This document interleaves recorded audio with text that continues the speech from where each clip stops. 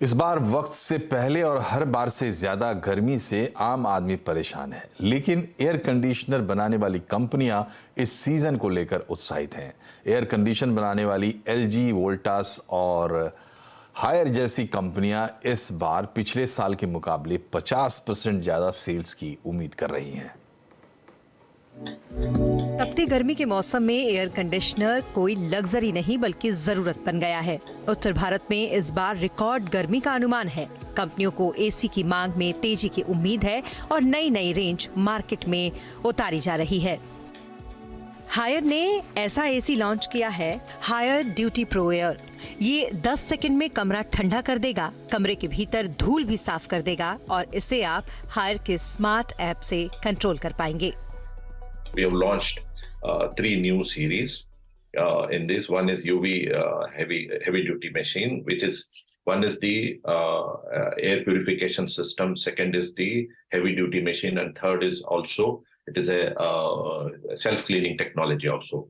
So हमारी line है कि शुद्ध हवा और ठंडा हवा. So on this basis, we have one is UV cleaning. Second is another series called Kinochi, which is again a heavy duty. And both these series are IoT enabled, inbuilt IoT. The market में एक तो IoT enabled है, एक तो inbuilt IoT है. So these are all Wi-Fi enabled, IoT enabled, and inbuilt. So these are the models which we have launched for this summer. European company Electrolux भी भारतीय बाजार में एयर कंडीशनर की खास रेंज लॉन्च करने की तैयारी कर रही है। इसमें खास तौर पर एनर्जी एफिशिएंट एयर कंडीशनर शामिल हैं। Consumer trends are moving towards a brand which reciprocates with their values and belief and comes with purpose and embrace sustainability. They are also looking for better indoor air quality and energy saving in air conditioners and certain features like multi-layer air filtration, plasma technology and variable cooling capacities. इस बार ज्यादातर कंपनियां नई star ratings को ध्यान में रखते हुए cooling products launch कर रही हैं, लेकिन energy efficient air conditioners normal air conditioner के मुकाबले 25 से 30% तक महंगे हैं। लेकिन इन सब के बावजूद ज्यादा गर्मी को देखते हुए कंपनियों को इस बार डबल डिजिट ग्रोथ की उम्मीद है। दीपाली नंदा, दिल्ली। पूरी दुनिया महंगाई से परेशान है, लेकिन भारत के अमीर महंगी गाड़ियों, आलीशान घर और इंटरनेशनल हॉलिडे पर दिल खोलकर खर्च कर रहे हैं। एक के बाद एक कई सर्वे आए हैं जो कह रहे हैं कि अमीरों की लग्जरी शॉपिंग अभी जारी रहेगी। देखिए रोहन सिंह की रिपोर्ट।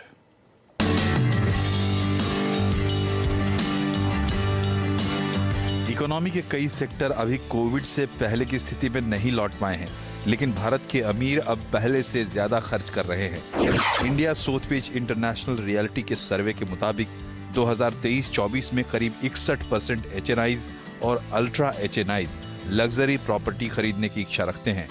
65% अमीर लोगों की पसंद है 4 से 10 करोड़ रुपए की प्रॉपर्टी।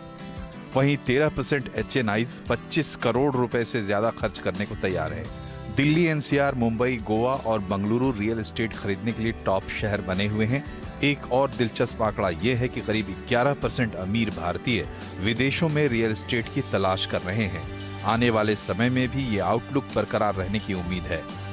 खासकर कोविड के बाद डिमांड हैज बिकम रोबस्ट और जो सक्सेसफुल बिजनेसमैन हैं, स्टार्टअप फाउंडर्स हैं, प्रोफेशनल्स हैं, लॉयर्स, डॉक्टर्स, उन लोगों की हमने काफ़ी अच्छी डिमांड पीछे नोटिस की है आफ्टर कोविड। एंड चाहे वो सिटी प्रॉपर्टीज़ हों, दिल्ली, बॉम्बे, बेंगलोर, कलकत्ता, गुड़गांव, और चाहे वो प्रॉपर्टीज़ हों holiday homes, Goa, Lonavala, Rishikesh, Shimla, we have seen very good demand.